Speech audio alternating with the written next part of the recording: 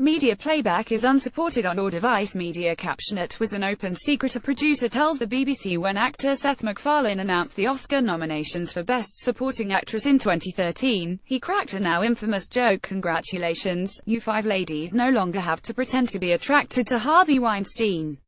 At the time, it was a rare public reference to what has since become a very public scandal.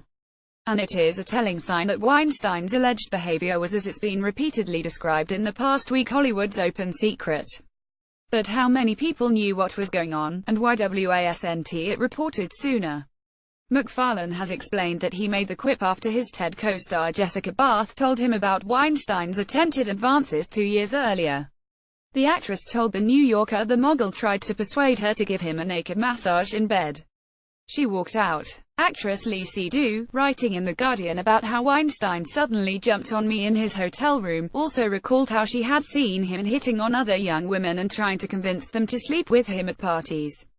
Image copyright Getty Images. Image caption. Lee Seydoux. It's unbelievable that Help's been able to act like this for decades. Everyone could see what he was doing, she wrote.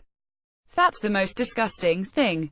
Everyone knew what Harvey was up to and no one did anything. It's unbelievable that Help's been able to act like this for decades and still keep his career. That's only possible because he has a huge amount of power. Weinstein has denied any non-consensual sexual contact with any women. But allegations of improper behavior were common knowledge among some who worked for him, according to the New York Times. When the paper broke the story, it reported that dozens of his former and current employees, from assistants to top executives, said they knew of inappropriate conduct while they worked for him. It wasn't secret to the inner circle. Kathy DeClesis, a former assistant to Weinstein's brother and business partner Bob, told the paper. One of the common themes of the accounts that have emerged is that Weinstein employees would set up meetings with young women and often accompany them to hotel rooms before disappearing and leaving the women and the producer alone.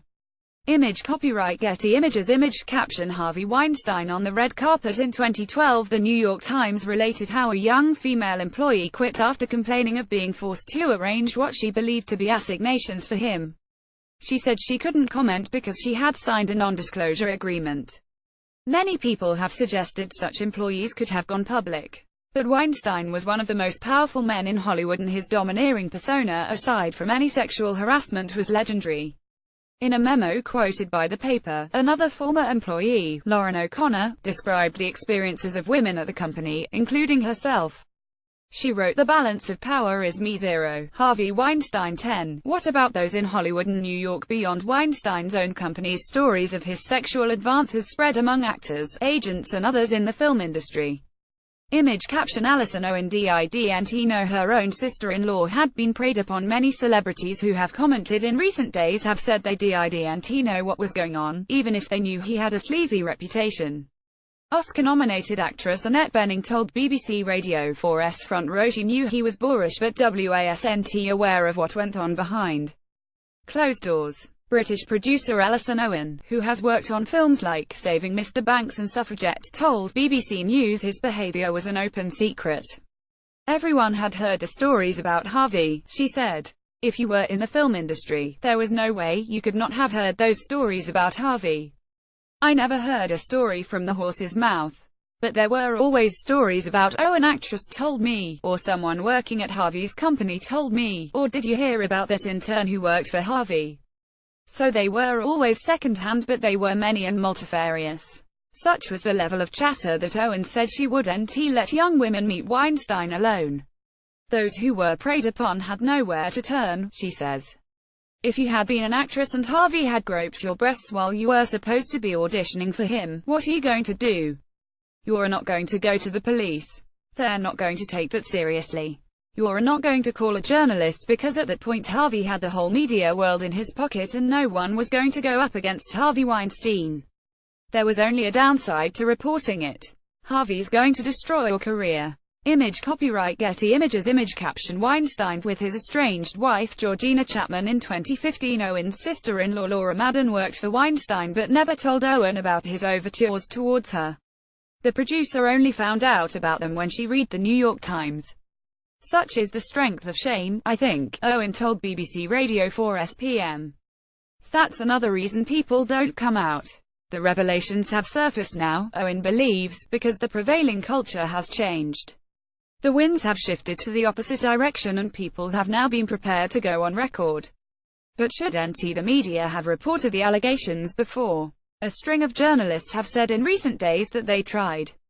But the difficulties of persuading his accusers to go on the record, coupled with the force of Weinstein's legal threats, meant none were able to publish. Image copyright Getty Images. Sharon Waxman, a former New York Times reporter who went on to set up film site The Wrap, told BBC Newsnight how she chased the story in 2004 and tracked down a woman who had reached a settlement with Weinstein. I did manage to meet with the woman who had taken a payoff in London, but she literally wouldn't say anything, Waxman said. She actually just met with me and didn't speak. A very frustrating conversation. She was terrified that she was violating her non-disclosure. If they wanted to publish, media outlets had to ensure their stories were watertight in case Weinstein sued. Any negative story that was going to be printed about him, he would go full-on aggressive, Waxman recalled. Any card he could play, any tool he could use to get that story not to appear in print. I was told that he had visited the newsroom personally to speak to my superiors. I don't know what he said. I don't know what threats were issued. Accusers backed out, others tried to pursue Weinstein too. The Hollywood Reporter editor-at-large Kim Masters and New York Times media columnist David Carr came close to finalizing stories, but their sources backed out at the last minute, the New York Times said. Vanity Fair special correspondent Gabriel Sherman, who helped uncover sexual harassment by late Fox News boss Roger Ailes, said one crucial piece of evidence in the New York Times story was the internal memo in which Lauren O'Connor raised concerns against Weinstein. That piece of printed material became one of the foundations of the New York Times report, he told BBC Radio 4's media show.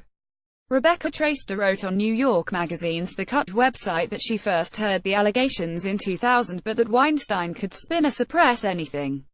She continued, for decades, the reporters who tried to tell the story of Harvey Weinstein butted up against the same wall of sheer force and immovable power that was leveraged against those ambitious actors, the vulnerable assistants, the executives whose careers, salaries, and reputations were in his hands. So for years, people who did know could only talk in whispers or, like Seth MacFarlane, under the guise of jokes that were funny only because they rang true. Follow us on Facebook, on Twitter at BBC Newsance, or on Instagram at BBC Newsance. If you have a story suggestion, email entertainment.news@bbc.co.uk.